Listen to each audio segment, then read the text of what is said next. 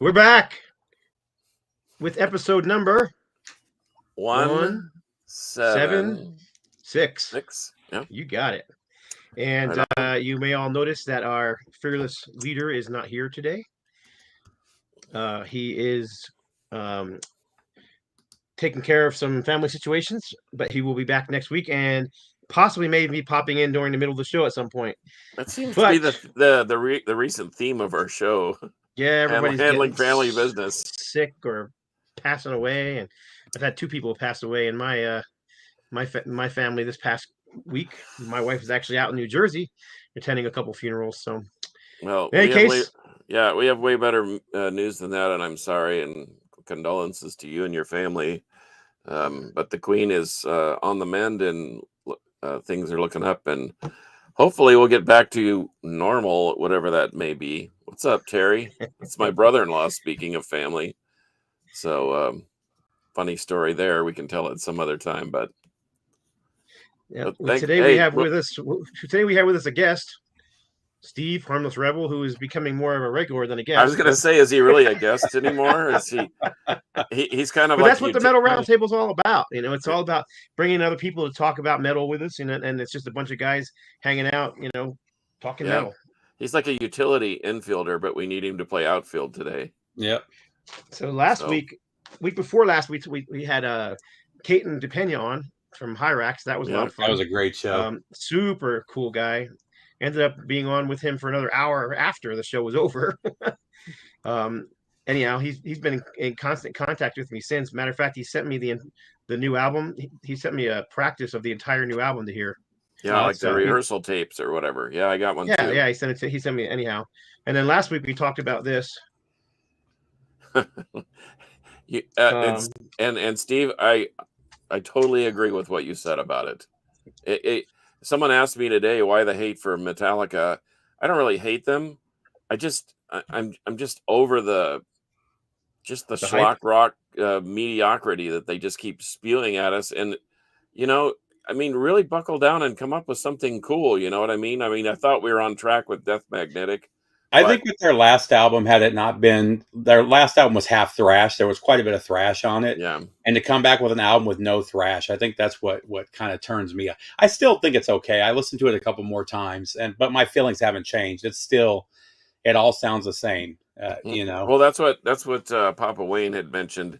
Papa Wayne, who went to his first record store day, had his first record store day experience. I think it was a good one for him, but he found some things he was looking for. But he said basically the same thing. He said, after the first 3 albums, everything kind of sounds the same, But anyhow, we also talked about this one. I finally got my copy. I haven't. Now that thing, I finally got my copy in as well, and I listened to it. Mine came yesterday. Finally, it's good. I really like it. That's a whole different story. But see, those guys have been doing it almost as long, just as long almost, and yet I think they're one of the most with Exodus. I think they're the most consistent metal band out there.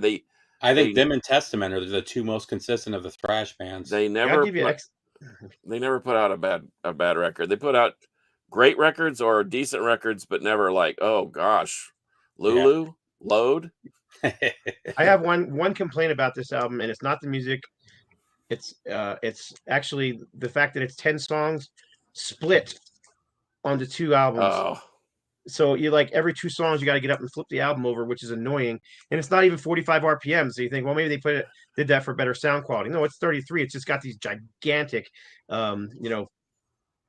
end pieces on there. That's gid wax, whatever you want to call it.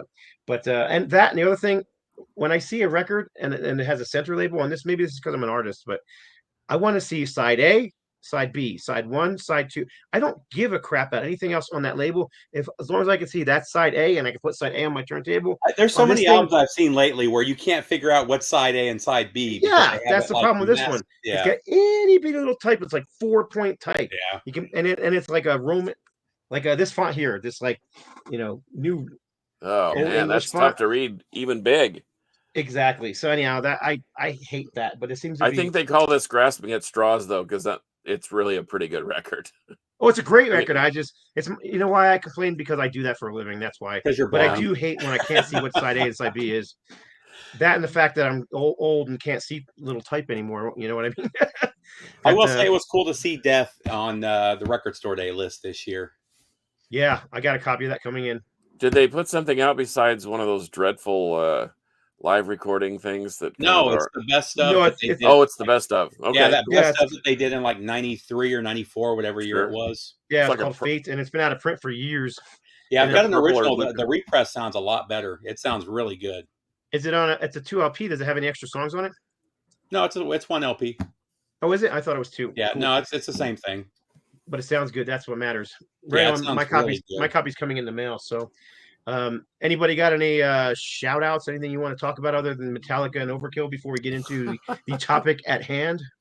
I got nothing except for thank goodness the Metal Queen's back in the saddle, and like I said, appreciate the support and appreciate you guys filling in, and especially you, Steve, for doing the last minute thing. I didn't know if I was going to be able to chime in or not, but you focus on what's super important. Not that this isn't important, because we all know that the Metal Roundtable is so important. But anyway, and what's up, Tony Clem? I got a couple things I want to show real quick before we get into it, but sure, this came in the mail. Oh yeah, the new Bride is out, so I still can't get over that album cover, man. I'm not a fan of like it. The album cover is not my. Nuts. It's just it doesn't match the music. It looks like avant-garde almost, but the music's really good. I really enjoyed it. This is probably I like the last one. I like this one a lot more. I have actually only had this for a couple days and have played it 3 times already, so I'm really digging it. But I also got this in the mail, which hasn't even gone on sale yet, but I'm going to show it anyhow. This is the Jeff Loomis. Oh, wow. One of his 2 solo projects on this kind of teal colored vinyl. It came out. My gosh, Rob nailed it on this one. The sound quality is stupendous. Speaking of EPs, didn't Nevermore have an EP? Yes, they did. In Memory. Is that going to get pressed to vinyl? Well, I can tell you what's going to get pressed to the gold. It'll be the last one on the gold disc, because all the other ones have been in gold disc. It is no longer an EP, though. It is now a full length. They've added 5 songs to it. But are they B-sides or leftover tracks or live songs or? Well, the original EP was recorded in between their first and second album, right? And it was actually recorded at the same time as the second album. So the extra tracks are all the demos that the band had recorded for the Politics of Ecstasy that are going to be on there. So I think it's 10 tracks. And Rob also is remastering that. So it's also going to come with one of those little, cards and collector cards and all that kind of stuff. Yeah, as far as vinyl, it's from what I understand, Century Media is going to be putting out all the Nevermore stuff on vinyl at some point. I don't know I have no inside information. I only know that because we tried to get the vinyl and got turned down for the vinyl because they said they were going to be doing already it under contract or something. Yeah. So hopefully that'll happen someday. Yeah, the Politics of Ecstasy is fantastic, and it was my introduction to that band. Mine too. Man, funny thing that is, that one was a Record Store Day release a few years ago, wasn't it? Yeah, it was. Sure was. I still have my originals, so CDs, not on CD. vinyl. Yeah, it was never on vinyl originally. Yeah, but in any case, so yeah, that's cool. I'm looking forward to the 2 of the solo albums from Jeff Loomis are coming out on vinyl.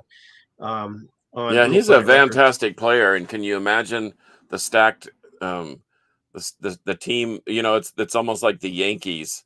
Arch Enemy has become like the Yankees of heavy metal. I mean, Michael Amott, you don't have to say anything more about that dude, and Charlie D'Angelo on bass, and Daniel Erlinson on drums, and then of course the mighty Jeff Loomis. Oh, as just kind of the rhythm backup guy, just in case. I know, and he's actually the guy who wrote 95% of the music in Nevermore.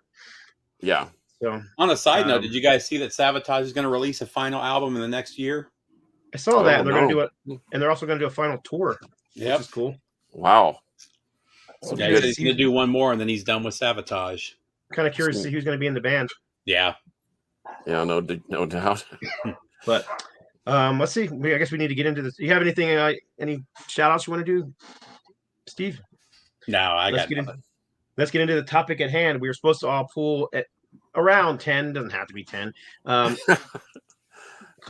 Metal EPs We keep asking you keep asking us to do things that are impossible. Yeah. I mean, I didn't even get out of the B. I didn't even get out of the B's, and I had like 40. So what I did is I just went to the cassette, behind door number 1 over here, where all the heavy metal cassettes are, and I just thought I'll pull, some obvious ones from the cassette stash, and then some ones that I think that people, I'm basically making a recommendation. And then when you and I talked earlier today, I did pull that particular release and a couple of CDs that I think are important. But anyway, man, this is just you. And then I end up with stuff stacked up all over the floor. And like at Caton's house, like, remember he said, you guys are causing me to pull all my records out. And yeah. Anyway, so let's start with a really obvious one, and I'm going to assume that everybody already pulled this one. Let's see if I'm correct or not. I couldn't find the record anywhere, but I did pull it. I do have the Japanese pressing that actually has an extra song on it. Yeah, I have a pressing with the extra song on it too. What's the extra song on that one? Prophecy. The Prophecy. Yeah, I've got the Prophecy on mine too. That's a great song. It was written during that same period, but to me, this was the best Queensryche ever was. Oh yeah. Well, and what makes me mad about this is Queen of the Reich is one of my all-time favorite metal songs, and they play the prog version now, and it drives me crazy whenever I go to see them live. Oh yeah. Yeah, it was my introduction to the band. That song, man. And that whole EP is just, I mean, even the ballad on there, "Lady Wear Black," is just brilliant. So I saw them open for Loudness, and it was quite a night of heavy metal. It was really awesome. So let's get into it. Then I knew that was going to be a prog. I knew we were all going to pull that one. That's why I grabbed it. So go ahead, Steve. Show us one of yours. Show us one of your picks. So this may be the most played EP in my collection. I got this this is actually my 3rd or 4th copy of it because I've burned out the CDs. But it's Blisters from My Fingers. It's Sepultura and Prong. And man, I loved this thing. It was so the songs are from Prong, Snap Your Finger, Snap Your Neck, and Cut Rate, and from Sepultura, Territory, and Biotech is Godzilla. Man, when this came out, it was in my car, and I literally for months it didn't leave my tape deck. Just over and over again, I played this song. That outro from Territory is one of my favorite breakdown outros. And what's cool is I've seen Cavalera the last 2 tours, and they haven't been doing Chaos AD, but they always play Territory at the end of the end of the show. It's such a great song. But I just recently found a sealed copy, and I was super stoked because I've burned through so many of these. Yep. And just 4 perfect John, you're songs up next. Too. Oh, I'm up next. Well, then let's just get the obvious out of the way. How about this? Yeah. How about Garage Days Revisited? Yep, that's one of the ones by the band we love to hate. Well, we love to love this EP, so yeah, this one. Talking about this. No, I thought about grabbing that one and the other one, but I went with this one. I actually have a Creeping Death on green vinyl, but no, I went with this one. I like I said, I pulled what I thought was obvious, and then I have about 8 or 10 recommendations. Yeah, I almost grabbed that. Is it Fight Fire with Fire, the other one? Yeah. Yeah, I almost grabbed that. I mean, both of these are classics to me. That's why I picked both of them out. I mean, this is actually the original Garage Days Revisited here, and then this was the Garage Days Revisited. Yeah. And then they put out that Garage Inc., which I actually liked a lot of those songs. Yeah, it had some killer songs. I mean, when you can cover King Diamond like that and get your whiskey in a jar. Yeah, even that's what I say. Even their cover Whiskey in a Jar was pretty darn good. I liked it a lot. So cool. I'll pull another obvious one. I had a feeling someone might pull this one. If no one did, I'd be these two actually. There's 2 in a row. Yeah. Well, yeah. I mean, somewhere. Haunting the Chapel is just freaking awesome. This is a reissue. It's got 4 songs. The original I think only had 3 songs. You have an original there? Yeah, it's a 4-song version too. Yeah. Yeah, this is a 4-song version. Yeah, with the Perfector added to it. Yeah, which was what originally on Metal Massacre. Was that correct? Yeah, something like that. Yeah, but I also love this thing. I've played this thing a bazillion times over. There's a couple different versions of it. I think this is the U.S. version. A lot of them are in black. I don't know. This is Roadrunners. Maybe this is UK version. Yeah. A lot of them have a black cover. You know what I mean? But Yeah, it's unusual. I think it's unusual, especially for a newer band like that to release a live album so early in their catalog. But I think that was totally necessary for them If it to was do that. actually live. Well, Yeah. okay, I've heard Gene rumors that it was a Simmons. studio Okay, recording, Gene but Simmons, regardless, I got you covered on that one. right? But I don't really care when it comes to live recordings. If you got to go back and fix crap, go back and fix. I don't care if you got to re-record the whole damn thing, make Yep. it sound good. So, all right. Are those? Okay. Is there any more obvious ones anybody wants to show I think there's. How about that one? Oh, see, he even had it in his hand. So I didn't. I had a feeling that one too. This I is didn't probably pull it, one of though. my top 3 all-time favorite EPs, man. I've this is another one I've burned through multiple cassettes of the. This is the one that's got the both EPs, but combined. Also, the new Sacred Reich EP could have been pulled too. That's really good, I thought. So, any more obvious ones? I tried to pull some ones that weren't as obvious. So, well, here, how about let's get the obvious ones out of the way. How about this? Forbidden. Now, I couldn't find it. I have that on vinyl, and I didn't pull it because I want to keep it down pull one at 10. non-metal one though. There's one non-metal one I want to show, and this is probably one of my all-time favorite EPs. But it's the self-titled from Fugazi. Okay. Have you guys ever heard this before? Yeah, I have. Yeah, this has always been one of my favorites. Waiting Room, I think, is one of the best songs from from the 80s. But all right, I got one ready. Okay. This one. Yes, I love that record. And why wouldn't you, since you're wearing their shirt? That's because I saw them. Why didn't you get it signed? I got the new album signed. Did you? Okay. Yeah, but I mean, I could have everybody that was on this is still in the band except for the bass player. Only different.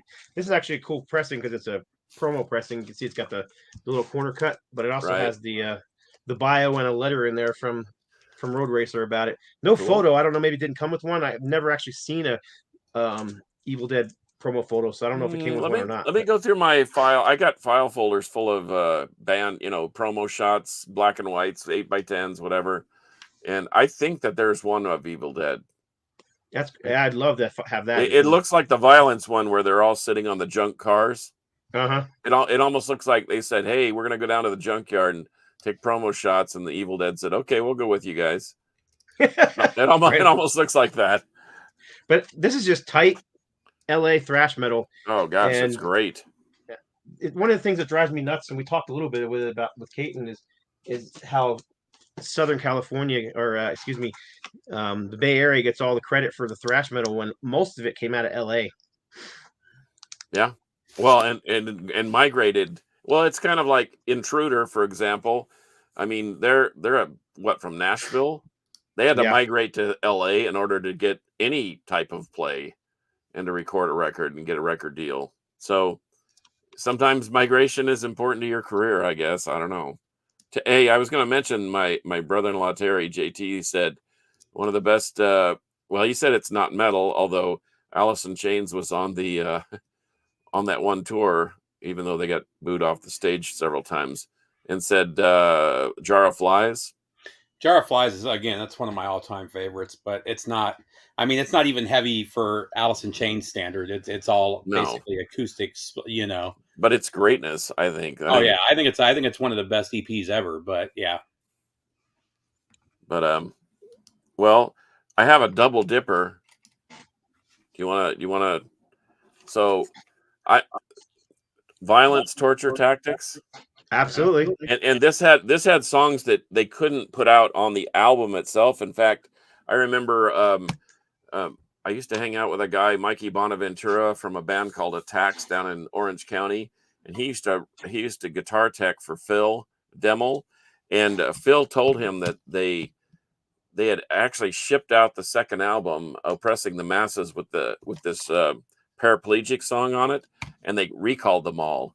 And so they had a tour shirt that had Oppressing the Masses on the front, and it said 20,000 albums sold, and then it was crossed out and said destroyed. So if you can find an Oppressing the Masses on vinyl that has paraplegic on it, you've got a real gem. But this thing has got some heinous heavy music. So coupling with that, Violence, thank goodness they're one of my favorite bands, except for Nothing to Gain. Then they put this bad boy out recently, and man, it is a shredder. I haven't listened to that. It's good, dude. It's better than really good. It's better than good. All the songs are great. They don't suffer from dragging into 9 and 11 minutes. They're all, 4 to 5, 6 minutes, whatever. And man, this thing freaking rips. And it is classic Violence at its best. It almost could have been the album between Eternal Nightmare and Oppressing the Masses. It sounds that cohesive, but it's really good. Really good. Really, really good. Yeah, I need to grab it. I've seen it a couple times. There's so many thrash bands coming back, putting out mediocre stuff, or just bands in general, not even thrash bands, coming back 20 years later. Well, then let me interject and let me introduce you to something that you need to have in your collection. This is a German band called Grindpad. Oh, cool. They sing about sharks and drinking beer. They're kind of like Tankard, except singing about sea life.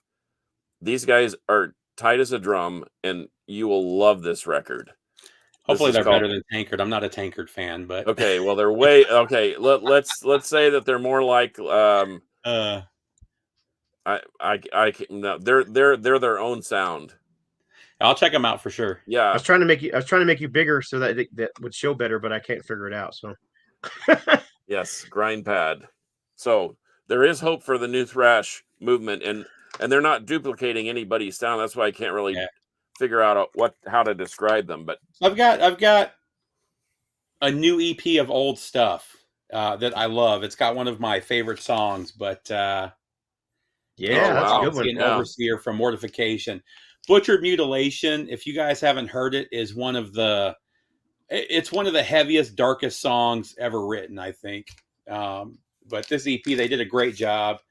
That's when they redid that, when they put everything on vinyl, Ancient Prophecy and Overseer didn't fit on the albums. I think Butchered Mutilation was originally on an album too, but this is kind of that, and a couple of Butchered Mutilation was on a Nuclear Blast compilation. Oh, it says it right there. 5 years Nuclear Blast. Yeah, it was recorded specifically for that compilation. Really killer. If this is still out there, I recommend grabbing it from Soundmass, or maybe Rox has it too. I don't know. Yep. And another 10-inch. Sign of the Witch from Orchid. Oh, that's a good one too. I listened to that one. That is a good one. Fantastic. I love this. You pulled that thing out of the fire. I like all the Orchid stuff, but this EP is my favorite release from theirs. I play that EP a lot, actually. Yep. How about this one? I thought about pulling that. I didn't, because I knew you would. I just got this in the mail yesterday. Yeah, I didn't buy the new Reverend Gathering of Demons. I got the CD version of it where they remixed it and have the extra tracks on it. It's horrible. That remix is terrible. The original is far better. I don't know what they did, but the UFO cover that they added is cool. But man, I was just really disappointed in the sound. Huh? Who did it? The guitar player from the band, the main guitar player who wrote most of those songs in the band, he remixed it. I wonder who did this one, because this is Night of the Vinyl Dead. Their stuff's usually pretty good. Yeah, I don't know. I didn't buy that one, so I think you've been spoiled by the bald bearded guy, because maybe pretty good at what he does. No, I mean it really is the original. It's not just a remaster; it's a remix, and I far just prefer the original. But anyhow, Reverend, of course, David Wayne after that thing kills after Metal Church gave him the boot. And so here's one from your neck of the woods there, John. Okay. Oh, San Antonio Slayer. I loved it. And funny enough, I pulled this out for the Sacred Reich show, because Dave's playing for Sacred Reich for years now. Right. I pulled this out to get it signed by him. And again, I got 6. But they come through town a lot. But fantastic. Both of their albums, this and the full length, they're both killers. Right. Yeah, those guys are legends. And they actually, in fact, I need to probably send you a copy if you don't have it already. They some Brazilian label put it out. It was Slayer versus Slayer. Oh, really? A live. It was a double live. It was San Antonio Slayer versus LA Slayer, and their full set soundboard recordings. Wow. And it was down in San Antonio, and the legend has it that the San Antonio Slayer fans turned their backs on the LA Slayer fans while they played. And man, it's hard for me to even think that you would pshaw or LA Slayer like that. But anyway, I'll have to send you the recording. It's a super, it's a creeper. I mean, if you can find it, good on you, but man, it's obscure. I really want to find, there's copies of the Narita EP out there too. So if you guys don't know that, when Mark Reale split up Riot, he went to San Antonio and started Narita, a separate band, and it's the guys from SA Slayer, right, with Mark Reale. And they put together an EP that was never released, but there's copies of it floating around. Is that got Steve Cooper singing, or I'm not even sure. I know Dave was on it, and the guitar player from SA, or the bass player from SA Slayer was on it. I don't know who else though. Well, that would be. Let's see. I need to make myself a note. Narita. Okay, I'll be on the prowl. I probably have the best chance of the three of us. If it's anywhere, it's in that area, you know. I in fact, a trip to Hog Wild, or a call to Hog Wild Records in San Antonio might be the way that we. And I don't know if it was ever officially released, or because I know there's cassettes of it around, so it may just be cassettes that were passed around. You know how it goes. I'll call Rodney or Gordon Ireland. He's those two collectors have bound to. I've heard of it, and maybe even have it. So there's a question from Fraser about to you, Steve, about Tankard, and I'm actually in agreement with Steve on Tankard. I mean, if you did a big 4 of German thrash, Accuser, of course, Accuser would be my pick over top of Tankard. Yep. Tankard I think Tankard's a good band. Don't get me wrong. I just never got into the party beer drinking. And to do a couple albums of that is fine, but to do 40 years of the same topic, it just kind of dragged on me. And they've got stuff I like. There's songs that I've really dug of theirs over the years, but and if their record, if somebody's playing their album, I'm cool with it. I'll get into it, but it's not something that I buy or ever feel like listening to. It's very samey over the years to me. That's my thing. But I do like consistent, Tankard. Scott. I think that's the word you're looking for. Consistent. Okay. Yeah, okay. But Overkill are consistent, but no, they're out. But Overkill's albums are a little different. They have a little different vibe to them. Some are heavier, some are faster, and you're right. Tankard is pretty much stamp them out and go. But I had the rare experience of seeing them in a Ratskeller bar in Germany, in Hamburg. And I ran into a record store there. They had a huge poster. Of course, I said, "Hey, can I have the poster? Or how much for the poster?" And he said, "No, they're playing tonight." And I said, "Oh, I bet it's sold out." And he said, "Well, come see me at 6:30 and we'll walk you down." And there was a line around the block, and it literally was well, you know how big my living room is? So if I have 2 of my living rooms together, think about 300 people and a stage. And that's what it was. And this guy walked me down the steps to the front and said, "Jerry will be out in just a minute. Don't touch the beer crucifix."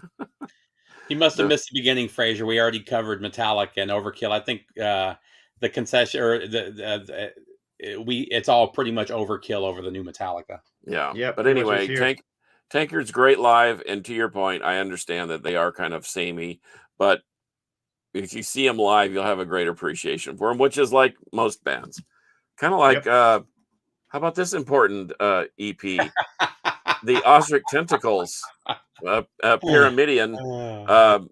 This was a limited run, and I know it's not quote unquote metal, but hey, we're talking about Fugazi and we're talking about Alice in Chains, so why not talk about one of the most important EPs of all time, Osric Tentacles, Pyramidion, and it's got obviously Pyramidion was not on any other album, and then it's got 4 live tracks on it that are really cool, kind of different versions of that. But and I dedicate that shout out to Rob Caldwell, because I know how much he loves. Favorite band, of course, we all know. Yeah. My next pick is. I almost pulled that one out. Yep, me too. But I figured you guys would. I figured one of you would, or Scott would anyway. I already had more than 10, so I didn't pull it, but I love that one. It was hard to keep it down to 10, man. It's impossible. I need to find that album. I have the picture disc of that one. I really want to find Damien Hair Metal, where to go? Damien Hair Metal said, Here you go. See, what about Rough Cuts by Twist? I love that EP, man. I bought that when it was brand new because they were a local band, and I wore it out. I have a clean copy, but I didn't even think to grab it. So speaking of the obscure, I was talking to Brutal Brian Stevens, and because I asked him, I said, "Well, name me some of your favorite EPs," and he said one that was so obscure that I just didn't even. And so I'll just quickly read my other EPs that I just didn't pull because I just didn't have time. Dark Angel, Leave Scars. Creator, Out of the Light. I never really considered that one an EP though, because I think he meant Live Scars. Yeah, Live Scars, but even Live Scars is like 9 songs, isn't it?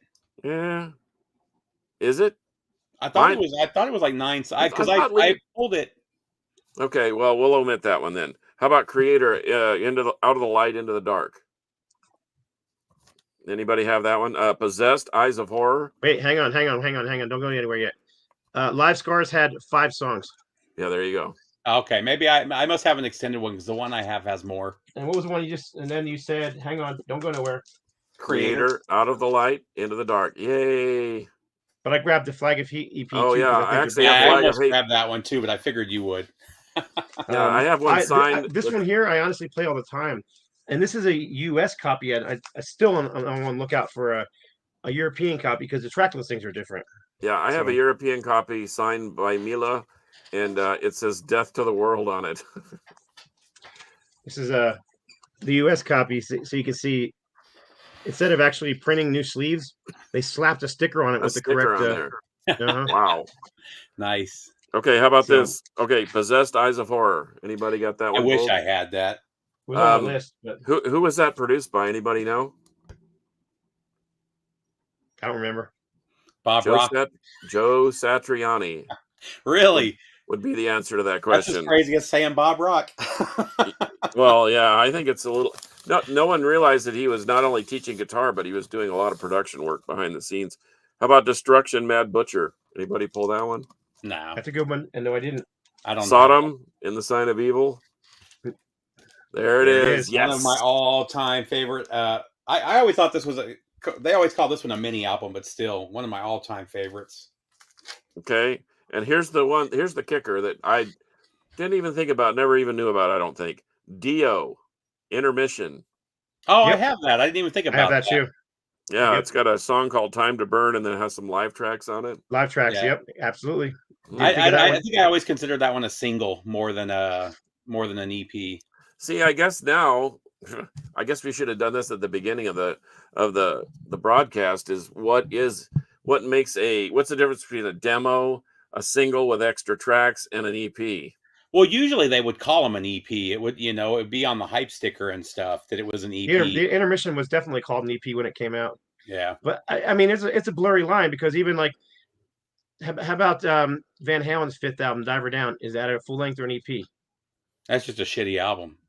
I know it is, but it's. I mean, I'm not wow. saying it's good or bad, but it's the covers. The covers drive me crazy on that album. It's called a full length. It's about 25, 26 minutes long. It's mostly covers and filler fluff. I think there's only 3 original tracks on there. It's essentially an EP, but it's considered a full length. Hey, Steve, can we get your honest opinion about Diver Down? I'm just kidding. How about Hyrax? I Hate Fear Power. Almost pulled that one. Is it full length or is it it's like 8 or 9 tracks, but it's really short because the songs are all short. Yeah. Well, see, I don't know that time length has anything to do with it because, I mean, Insect Warfare might have 12 songs on it, but in fact, I almost pulled that Convulsion 7-inch. One? Some people call this one an EP. Some people call it a full length. I wouldn't know because Guns N' Roses is not even in my vocabulary. But I almost pulled the Convulsions that has, they're a grind band from Spain and that had 12 tracks on it, but it's 13 and a half minutes long. So yeah, that's the way Hate Fear Power is too. It's very short.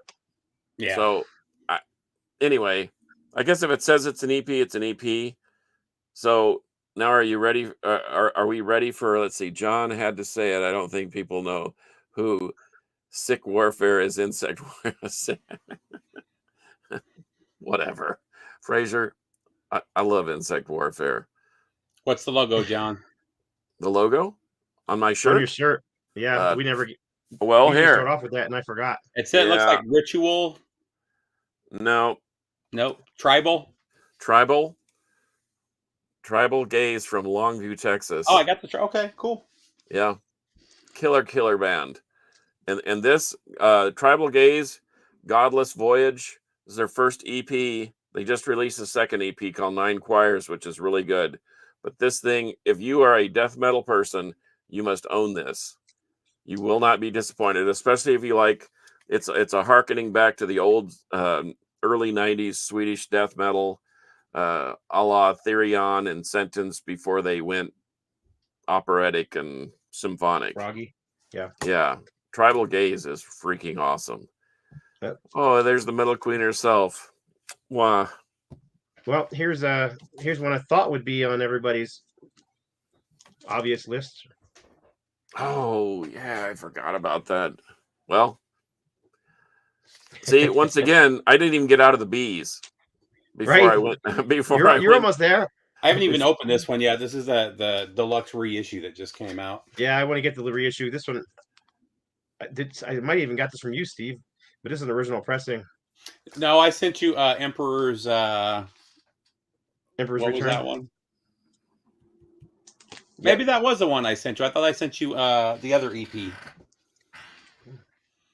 might be right. Yeah, I'm pretty sure it was this one. You might be right. You might be right. It was years ago. How about I already showed the creator? Anybody? Here's one that is. I mean, I talk about him all the time, and because I'm such a big fan. But I wish I do. I have that. Is that Heathen's Rage? Yeah. This is the original Heathen's Rage EP on Rock Dreams Records. Yep.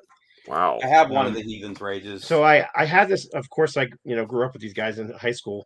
Tony Lee is still my friend to this day. But my copy I had, I purchased as a new release because it was, that they were buddies of mine. But I also always in the back kept a flyer from the show that I had gone to, and then I had one of the original 8x10s. Well, I sold the whole shebang back in 1990 when I became super Christian and couldn't listen to metal anymore. I know. Anyhow, so I've been for years trying to get it back. This thing, the original EP sells for $500 consistently. You'll barely ever find it for cheaper than that. And you'll never find the original, flyer, and then also the 8x10. But I actually managed to find someone selling on eBay a couple years ago now the original copy of the 8x10, and a buddy of mine who still lives in New Jersey hooked me up with the. It's a little beat up because it had been on. It's got like pinholes in it and stuff like that, but which makes it even more awesome. Oh wow! So it's got and that's another one you could. The Tantrum EP was was really good too. A High Roller stole Heathen's Rage logo. Doesn't much. High Roller have a sword with the HR next to it and some of their stuff? Pretty much. I always thought that. I always thought that. Oh, see, yeah, I thought about that one too. Also, the Melancholy EP from Iced Earth is also fantastic. Yep, it sure is. I don't think that was been released on vinyl that I know of, but there's like 6 Iced Earths about to be released in the next couple months. They're repressing most of the discography, so hopefully we see all that stuff. Who's doing it? I have to look. I was on Miami Metal, their website, and there's a bunch of them listed for pre. I think I sent you a link to it. This may be completely off the reservation, but I inherited a collection. This is a Tampa Bay's Metal Mercenaries, The Invasion, and it's got the original an original demo track from Iced Earth on there. Oh, that's cool. You talk about that was an Iron Rainbow moment, kind of like Rob and I had in his garage. But so glad I had it sitting there. So I don't have the original. Oh, sorry.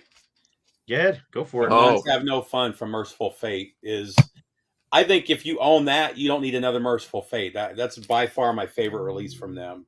I don't know. Into the Unknown is pretty good too.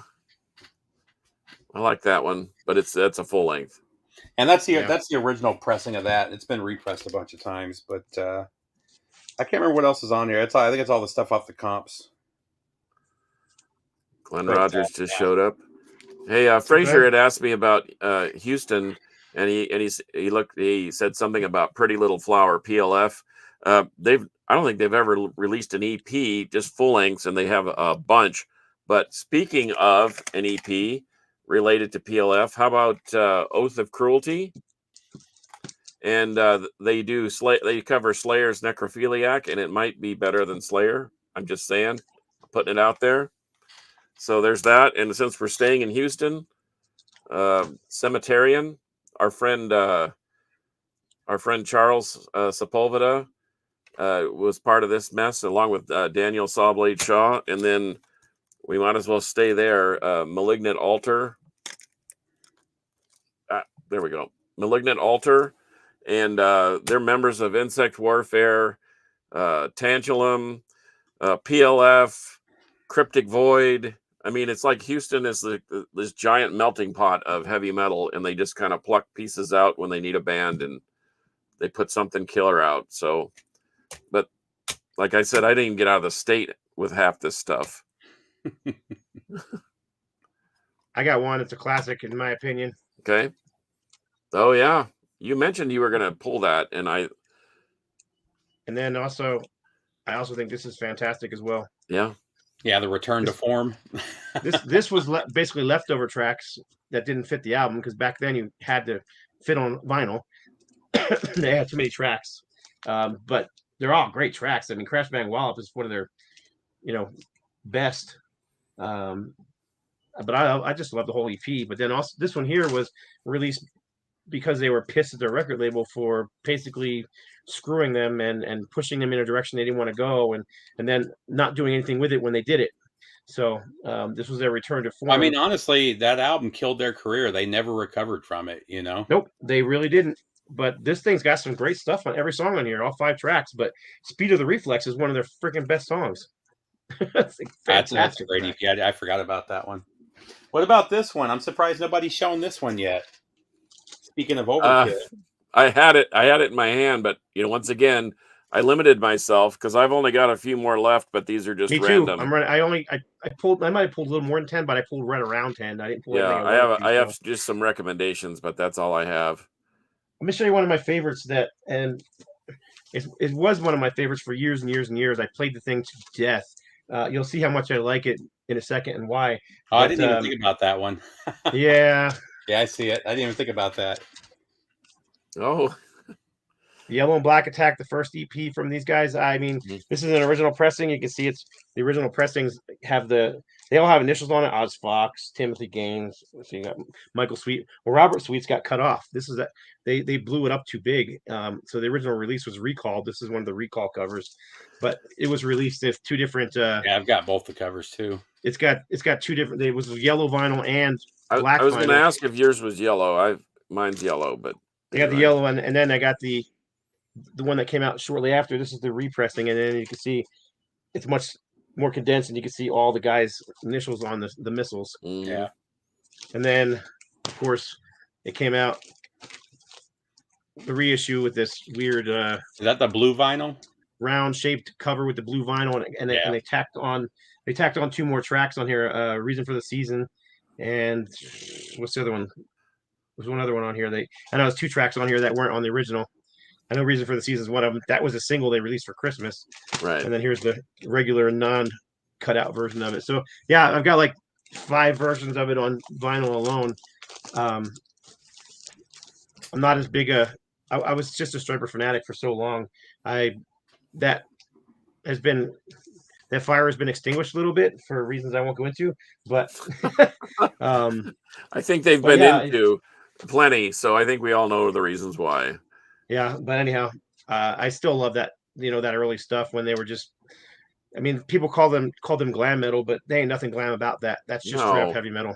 And what was that show that they did at the was it the Rainbow or the at the Roxy? Dude, they were heavy. Golly, they were great. Hey, Glenn Rogers. I agree with Glenn Rogers' quote. Yeah, Charles, we showed Haunted Chapel and Possessed earlier. I almost pulled the Assassins of War, and I almost pulled the 10-inch they did too, Hyrax. There's just so much that we could do. Each of us could do a 3-hour show with just EPs, I think. I pulled this one. This is more me than you guys, but I still love this EP. Yeah. What's not to love about it? I mean, it's, I don't know. But I saved one of my favorites for last. I'm surprised Scott hasn't shown this one yet. This may not be my all-time favorite, but it's top 2 or 3. Return to the Apocalyptic City from Testament. That's a good one. I like that one a lot. I've always loved this. I actually, their last tour, they had a shirt of this that I usually don't buy, like these type of shirts with the blood and guts everywhere, but I had to buy the shirt just because this is my favorite EP. And I want to find this one. They need to reissue this one because the only pressing on vinyl has been from Brazil, and it's impossible to find in good condition. Then I bet it's a fortune. Well, yeah, and you never know what you're going to get from Brazil. It's always hit or miss, unfortunately, you know? Yeah. You got another one? Any more to show, John? I said, I just have some suggestions. One of my favorite newer bands is Blood Incantation, and all their albums are EPs. I mean, they're basically 3 to 5 songs. The Hidden Species of Mankind, I mean, has an 18-minute song on it, but it's only got 4 of them. And so they're one of my favorite, highly recommended. Our buddy Nanoy Padrawan from the Philippines, who's in Pagan Fire. This is actually a cover I got to do for them. And it's an EP with 3 songs, and it's just ripping black and thrash, if you like the Japanese Sabbat or the American Atrocity or something like that. I didn't know that Heretic had an EP. Yeah, their first album was an EP with I have vocalist. That, yeah. Again, that was also on my list. I didn't pull it because we could only pull 10. I ended up pulling obviously more 10 because I got a few more to show. But... I'm way over budget, so I'll just stop talking. But I forgot it, man.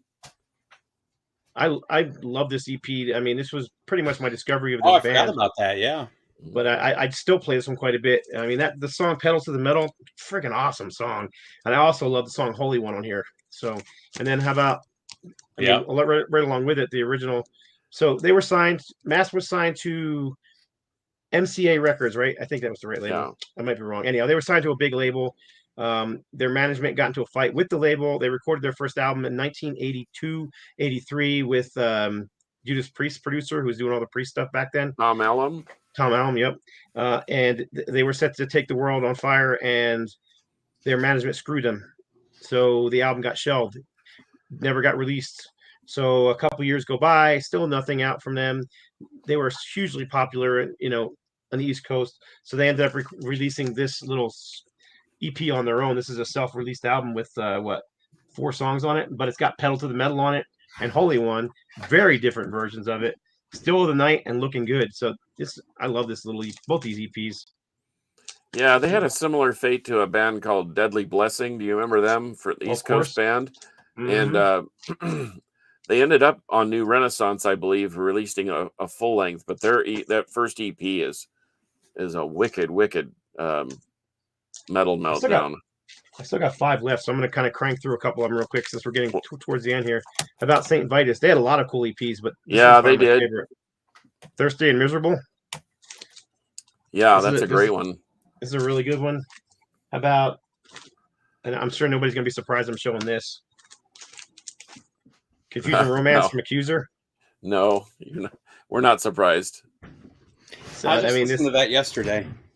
Yeah, it's got 2 covers on it, 2 original tracks, studio tracks, and the original had 2 live tracks as well. This vinyl reissue actually has side A is studio, side B is live. So it's got 5 live tracks on the B side now, all recorded in 1994.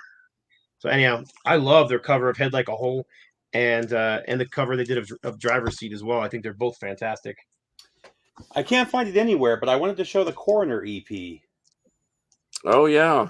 And I don't know what I did with it. I just had it a couple days ago. I was just listening to it. Got it on the shelf. This is one I'm surprised nobody else showed, although I know you're not a big fan of this band, Carcass.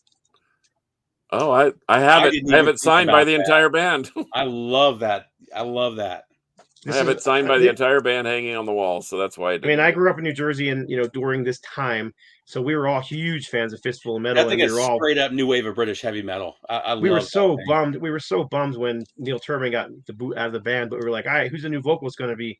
I remember we were all sitting around the mall, man, waiting for them to put these on the shelf so we could buy them, check out that new vocalist, and none of us were disappointed. No. So anyhow, Armed and Dangerous.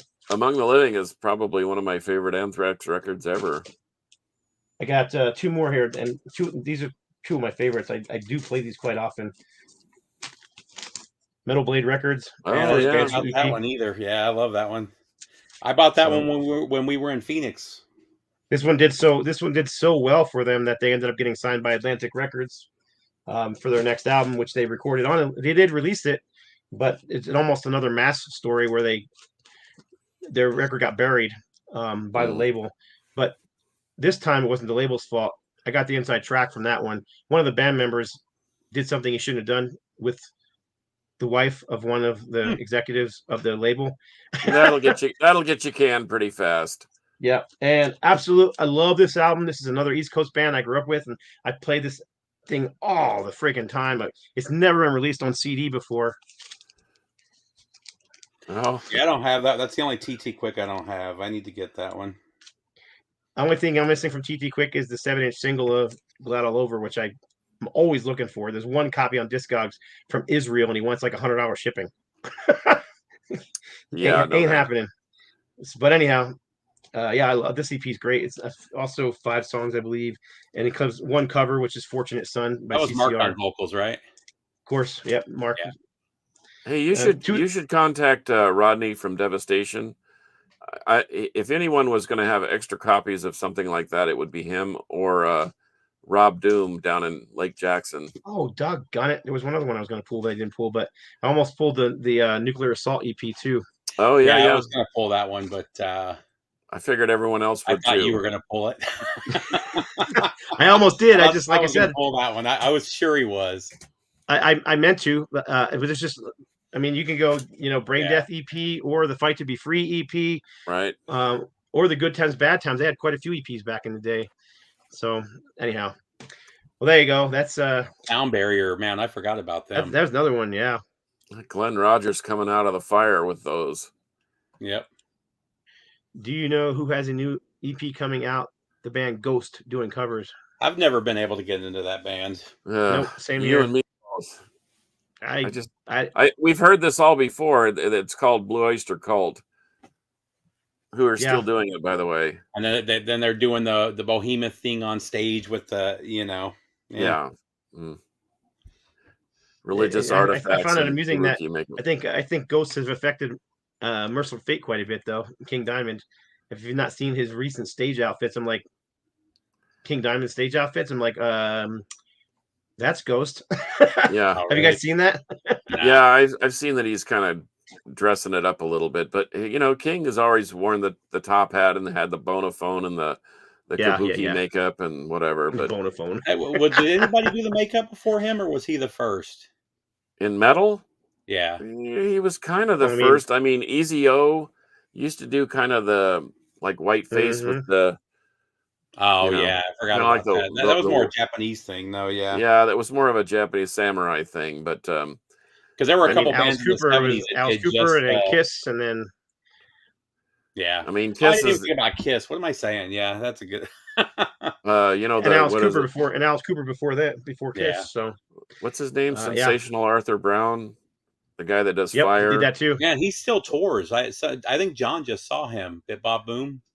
Yep. Yeah, he does still tour. Crazy. Well, right on. Well, we're right at an hour. So, is there anything else anybody wants to add? Any other stuff you got to show? Or? No, appreciate everyone showing up, though. I mean, good grief, we don't know how this is. Oh yeah, I recommended that to a friend, and he's all over it. It's a great record. I've played it. It's going to be one of my favorites of the year. I've played it so many once again, this times. one, I'm really digging this one.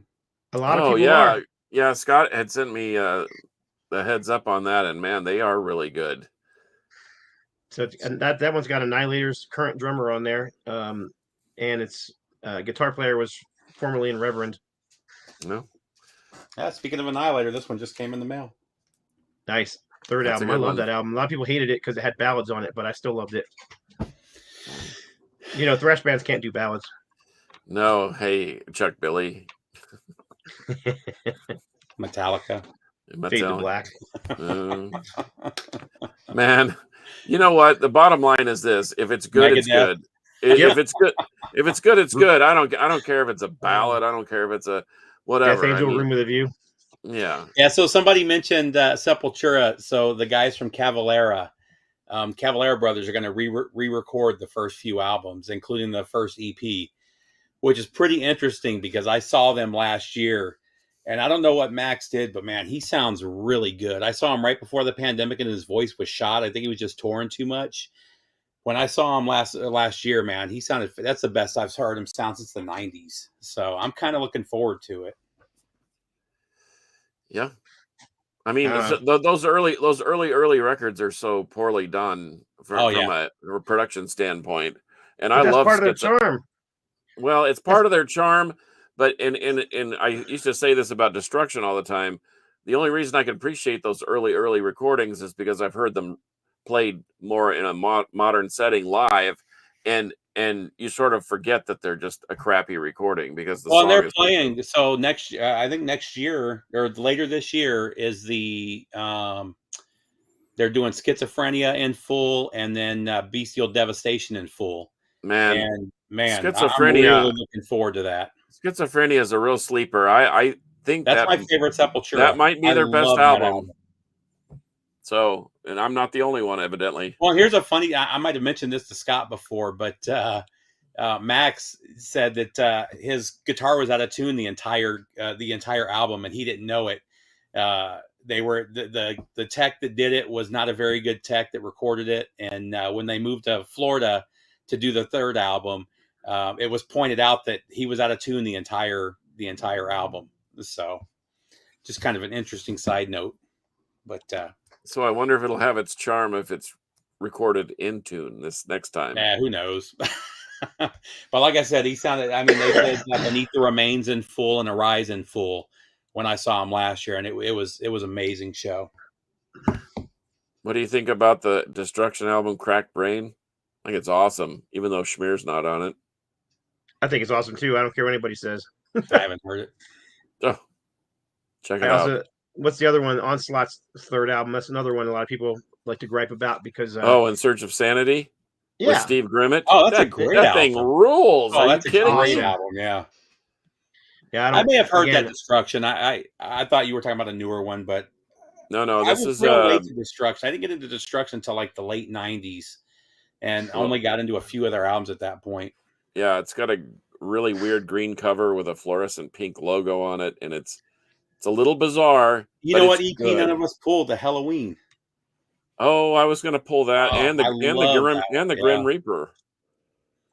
I didn't even think about that one. Oh well, didn't know that. Van Halen 1 was recorded out of tune. Okay. Satriani said something where he didn't find out until tuners became popular that one of his strings had always been like a quarter out. His entire career, it's been a quarter out.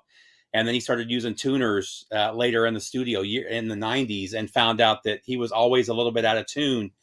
And he said he stopped using the tuner because it just kind of screwed up his sound when he actually put the string in tune. So, I mean, we can honestly say the guitar players are kind of an eclectic bunch, to say the least. And they develop a kinship with the guitar, and whatever sound they get out of it, I think it. I mean, you can do everything with a machine, but I can still tune by ear, and it may not be completely on point, but I don't know. I see these guys on stage; they're always looking down and tuning like that, and I know why they do it, so they don't do the old, like we used to hear back in the 80s, where they would be tuning during the song or whatever. Yeah, like Clint said, so in the 90s when I was in bands, the guys always tuned to each other, and we just went from there. Our lead guitarist Mike is who everybody tuned off of. So Glenn had just tuned to whatever his guitar was at. Yeah, there you go. But anyway, well, there's an hour, boys. Yep, absolutely. So thanks again for covering for me last week. Oh, no, like I said, problem. We have happy stories to tell. I think we're in the right path to getting things back on track with the Queen, and So I know she joined us earlier in the hour, and I know she appreciates all the support. And thanks for jumping in there, Steve-O. You're always a welcome guest. Anytime. I'm not usually doing anything on Tuesday nights, so there you go. Uh-oh. Is the panel going to expand to 4? Nope, it's not. I'm trying to figure out the ending here. So okay. So as everybody knows, TV, they would be doing this. Like keep talking. I'm gonna give this a shot, but before we do, we have to do our outro as we always do it, which is everybody knows how we do that, right? Yep. 1, 2, 3. Metal will prevail. And then I got to figure this out. So just keep making some faces or that kind of thing.